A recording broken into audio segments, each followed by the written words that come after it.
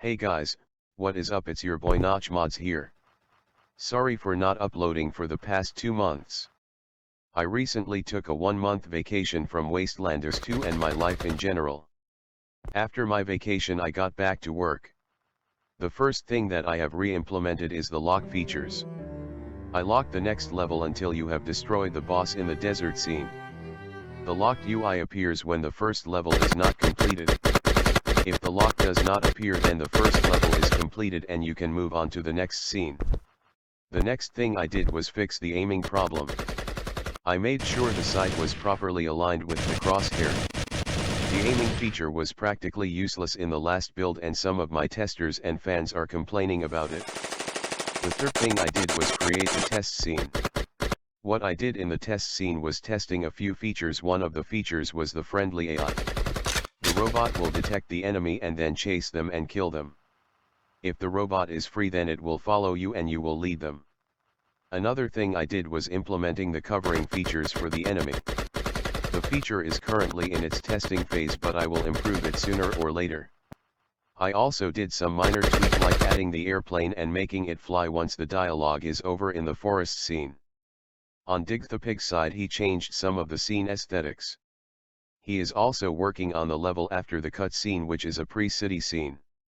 He made a few assets like tanks and some random enemy or vehicles. But a fan had reached out to Dig the Pig and told me and Dig the Pig he has 3D modeling skills, and we decided to bring him on board the development crew. We would like to welcome the third member of our development team. Hello everyone. My name is Fearless Muffins. I am the newest addition to the Wastelanders 2 team. I joined Wastelanders 2 because I ultimately wanted to code. I love coding and the theory behind it, and I believe it can take me down a great career path. I am currently learning C++, seeing as that's the language that's best for games, but I plan to learn JavaScript, HTML, CSS and Python in 2 years. In those 2 years I'll be helping Wastelanders 2. I am also thinking of learning SQL and ethical hacking, but that's for another time.